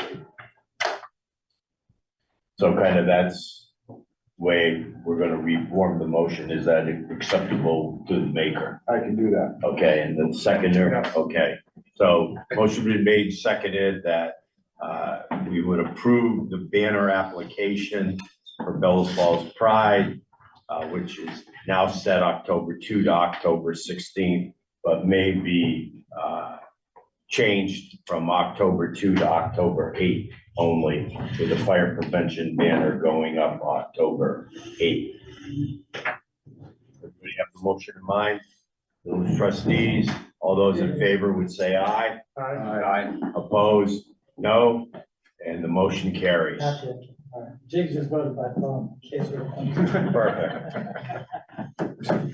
So we'll move on to item number 9, and kind of, I'm looking at Rick and Bonnie for the town meeting survey. Yeah, so Rick and I got together and we just came up with 10 simple sort of questions or prompts. And we'd like to do this through Survey Monkey and have to find out more details. I think it's $100 a month for unlimited use. So we have to decide if we want to allocate some money for this. And I just wanted everybody to see what we came up with and anything people would like to take out or add to this list or have any thoughts on it. As you guys will recall from last year's town meeting, there's a lot of discussion about whether we can continue, given the falling attendance, this grand New England tradition of direct democracy via town meeting. And there are lots of different feelings as to its efficiency and as to the importance. And you heard some of those discussions at town meeting last year. So Bonnie and I figured it would be good to get some input and see how people might react to other approaches to a town meeting. And so that's what this survey intends to do.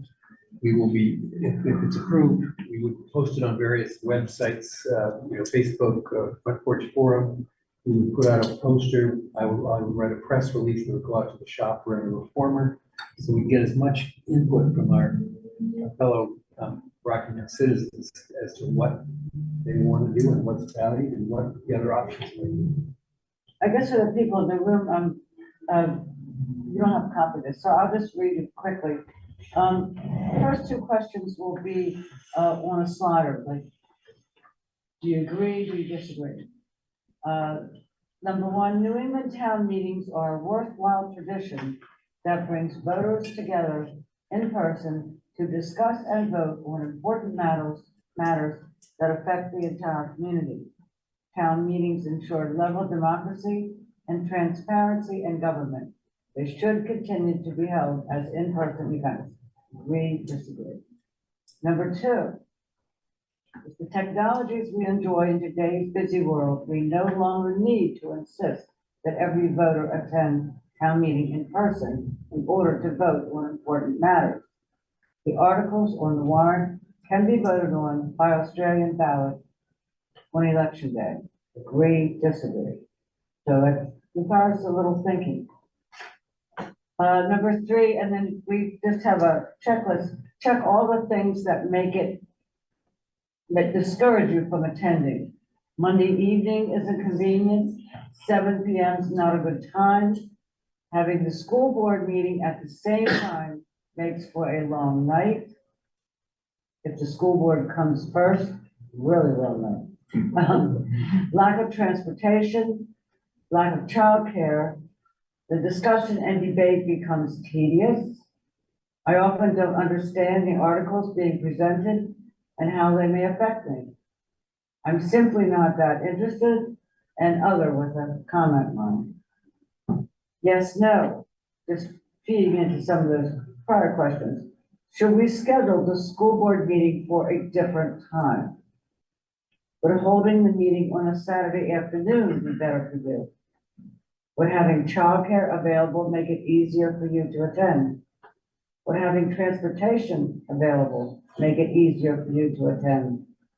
What day or time do you think it would be best for an in-person town meeting?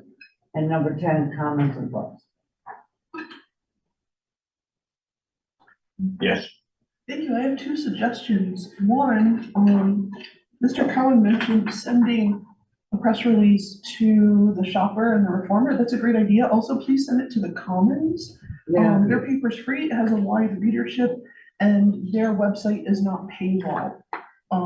So that would be a great resource. Also, some towns, I don't know if you thought about this for the survey, some towns in Windham County and probably elsewhere combine their town meeting with like a potluck meal.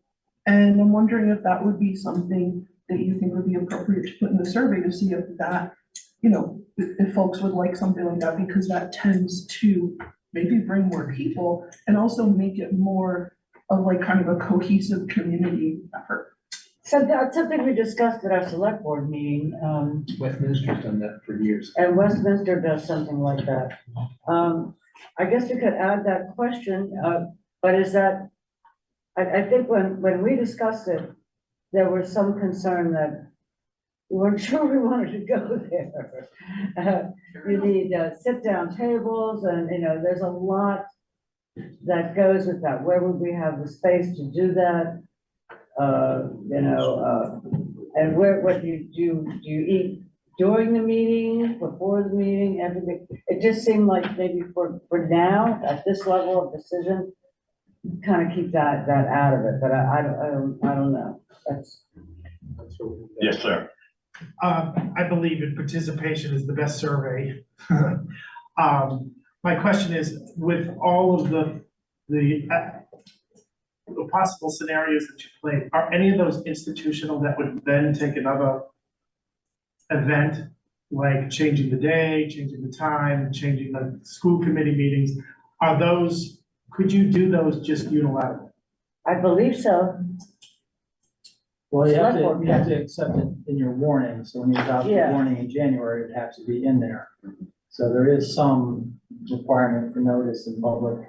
Right, but the select board sets the, But there's no institutional that says it has to be on a Monday, so there's nothing really, yeah, there's nothing built into The only requirement is it has to take place within the boundaries of the town. of the town. So that's why the high school's out.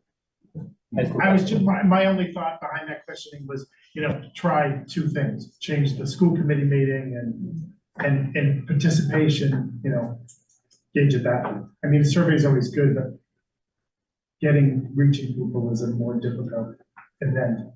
well, we thought we'd just try and see if we get some response and see what the response is, particularly with the first two statements. Do you agree? Do you disagree? I know people feel strongly on both sides of that. And I'm in favor of meetings, so. Well, you know, I most of the select board as well, but it doesn't seem right to make big decisions with only 30, 40 people in the room, and you've got a town of almost 5,000. So it feels that we're responsible to address that in any way that we can, so. Yeah, Bonnie, I have a small comment. Amy Howlett from Saxton's River. I'd love to see a definition of Australian ballot. It's something that most of us know, but survey takers, at least in my experience, are not always familiar with that term. Good idea. Thank you, Amy. Yeah, I would just add to your list of, fact that we can link to it on Fact TV, into the survey and on Wolf. Yes, Yeah, we'll probably try to line up an interview with Fact TV with Wolf. You know, I mean, do everything that we can. Yeah. And we could go so far as to print up a postcard, and mail it to every resident, which is something I was going to discuss with the select board, because that is a little costly, but just find out from, from the town clerk's office, what does it cost with your bulk mailing to mail something like that to every resident? Would help like that. But I've got a comment.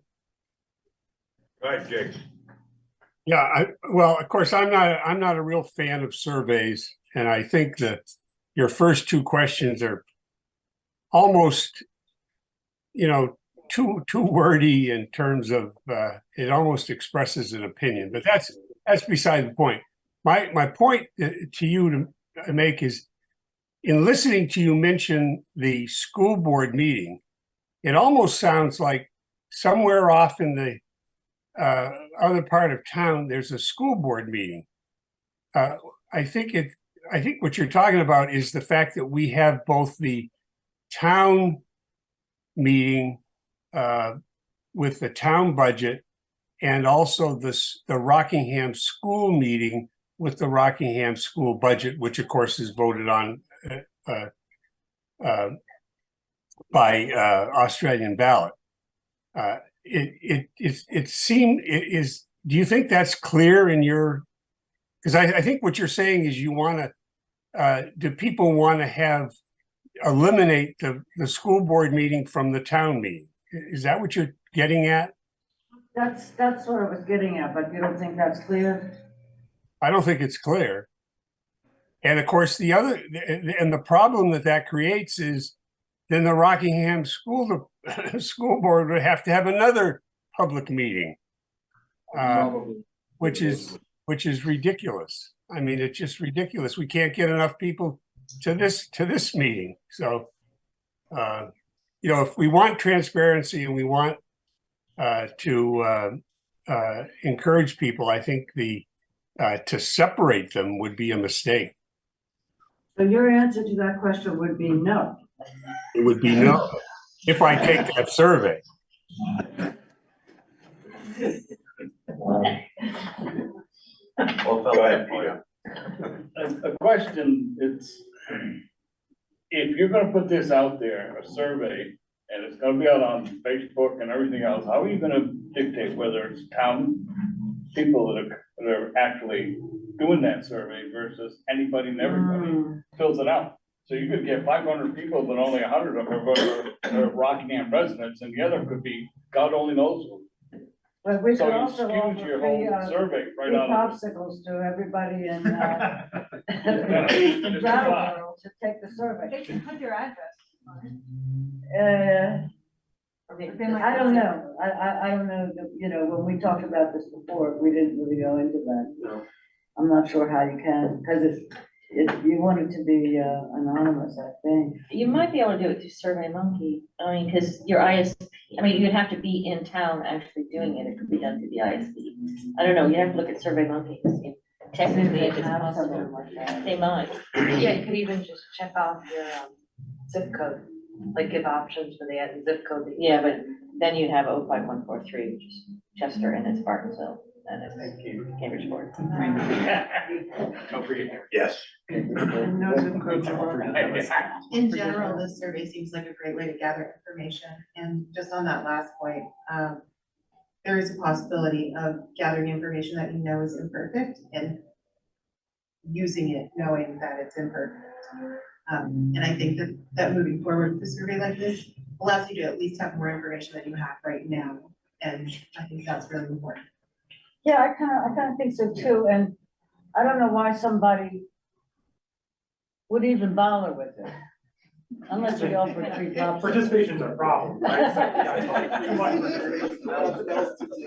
If they didn't have it. So, yeah.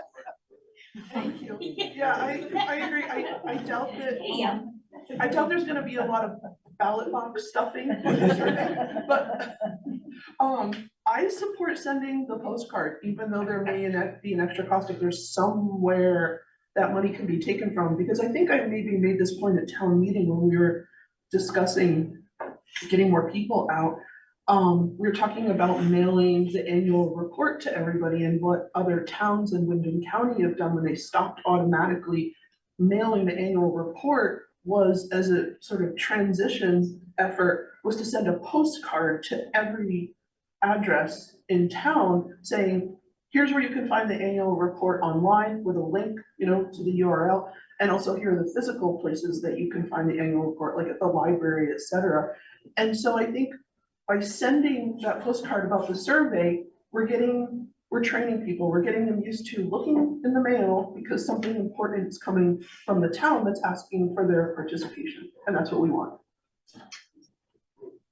Anything else on this? Yep, I would just echo that. I think this is a big question that is, if you kind of try to get participation halfway on the survey, I just wouldn't want this question to keep coming up every town meeting, right? And so I think it's worthwhile, if we're gonna put in the time and effort to try to answer this question, let's put in a little bit of extra money as well to get as much participation as we can in the survey, and then hopefully for a while, close the question.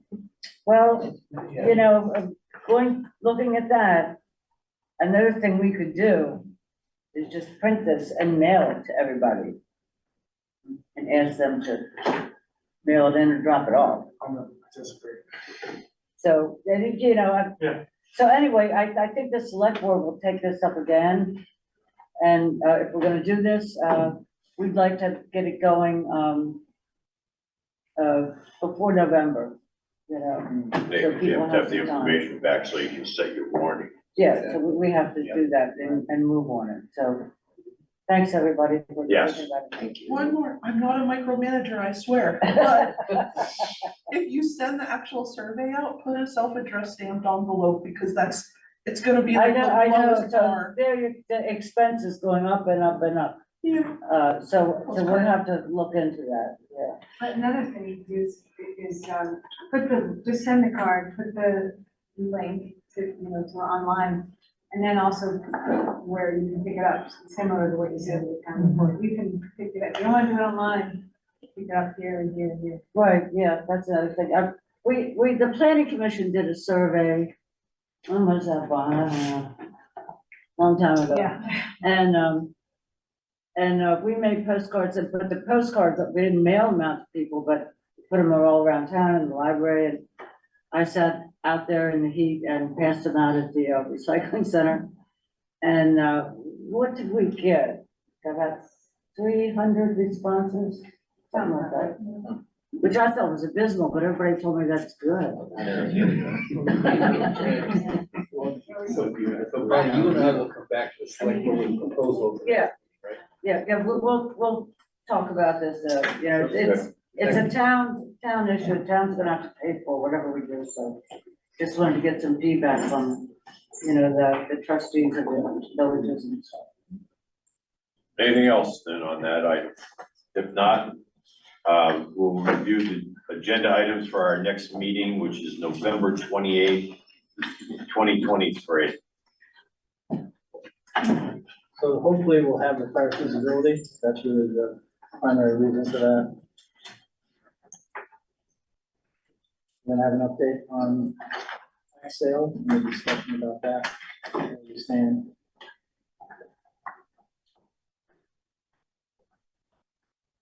Anything else from the board that we'd like to have on that meeting?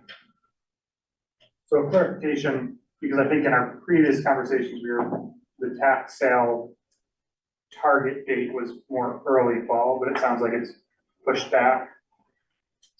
Yeah, we've had a few things that have come up. We're also working with Saxon River on some stuff as well, so we're gonna try and push it back a little bit. So. I'm wondering, Yes. we have a report from the cemetery commission. I know there's been a lot of conversation about maintenance and who's doing what and what hasn't been done and what needs to be done.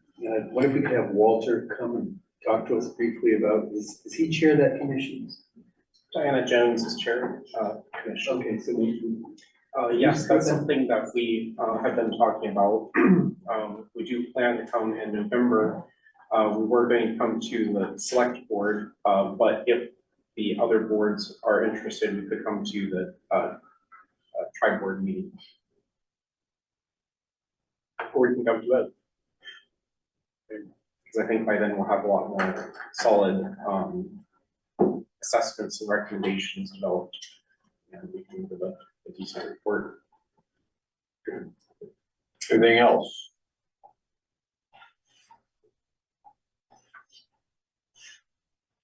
If not, we'll move on to review and approve orders, bills, and warrants. I move that we approve the orders, bills, and warrants. Is there a second? Motion been made, seconded by the village trustees to approve orders, bills, and warrants. All in favor would say aye. Aye.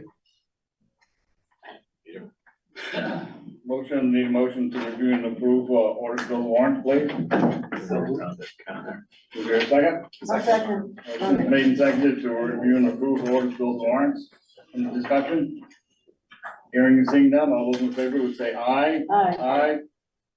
All those opposed, nay. Motion carried. All And right, they're coming around. as soon as we get them signed down this end, we'll send them your way. We'll move on to other business. Is there any other business to come before the tri-board? Anything? Anything from the community? If not, we'll move on to executive session if necessary. My understanding that we do not have a need for executive session. And then we would move on to adjournment. Entertain a motion to adjourn. Make a motion, we adjourn. Motion been made, seconded, that we adjourn. All in favor would say aye. Aye. And we are now adjourned. Thank you, everybody. Appreciate you guys coming.